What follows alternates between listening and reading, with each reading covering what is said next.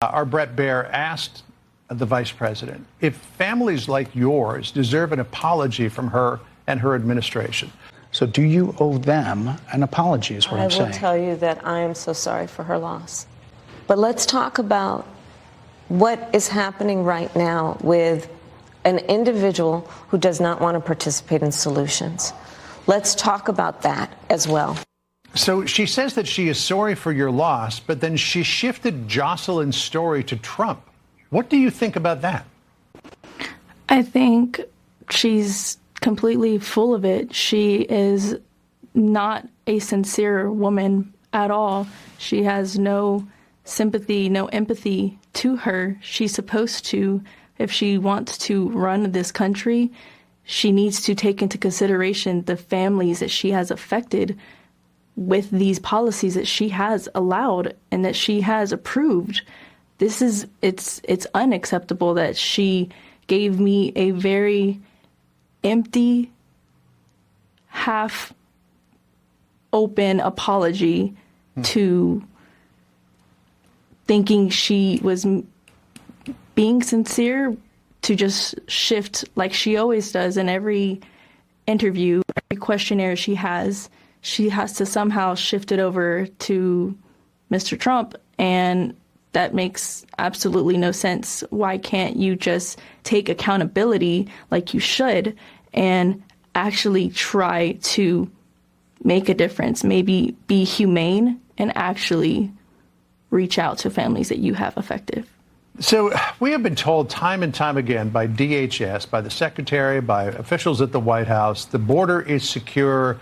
The illegal immigrants who are being paroled into this country have been vetted. They pose no national security risk to the country. Yet we now find out from investigators that they believe that the two illegal migrants from Venezuela who are allegedly responsible for your daughter's death were members of the notorious gang Tren de Aragua. Are you wondering, like many other people are, how did they ever get released into this country if that was their background?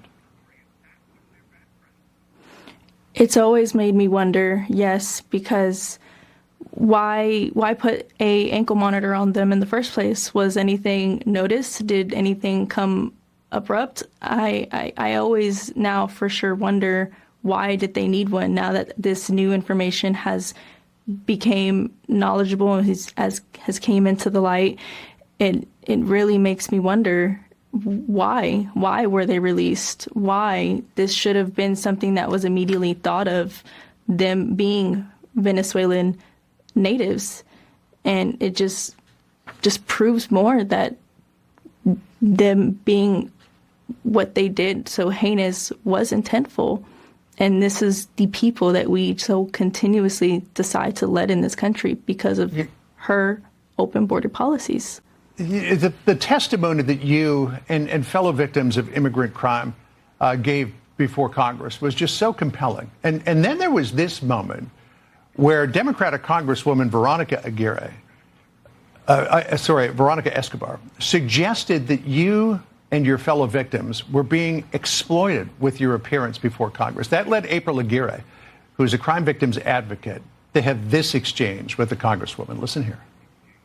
It's insulting that you would say that to these families, that you would make an assumption that they're being used or exploited anyway. Not one time when her daughter was murdered and I was helping her navigate the criminal justice system did one Democrat call me to offer their assistance. It was only Republicans, and I am an independent. I vote both ways.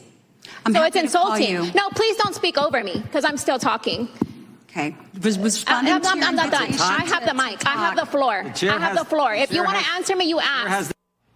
Alexis, what did you take away from that exchange and the fact that the Congresswoman tried to suggest that you all were being manipulated and exploited? I think it's very inappropriate with it being such a sensitive matter.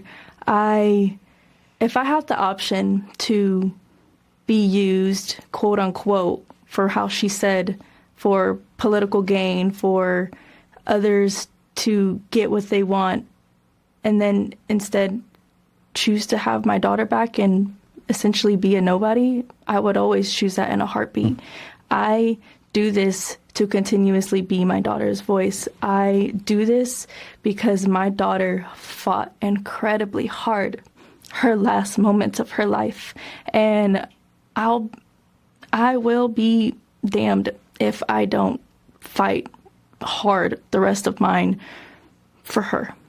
I do this because I want to, and because I need to raise awareness, and because we need to make change.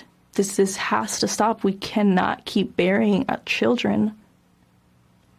Well, you are a powerful advocate for Jocelyn's memory. And again, our heart just breaks for what she went through and what you continue to go through. I don't know how you get up every day and put one foot in front of the other. God bless you, and thank you for being with us. Thank you so much for your time.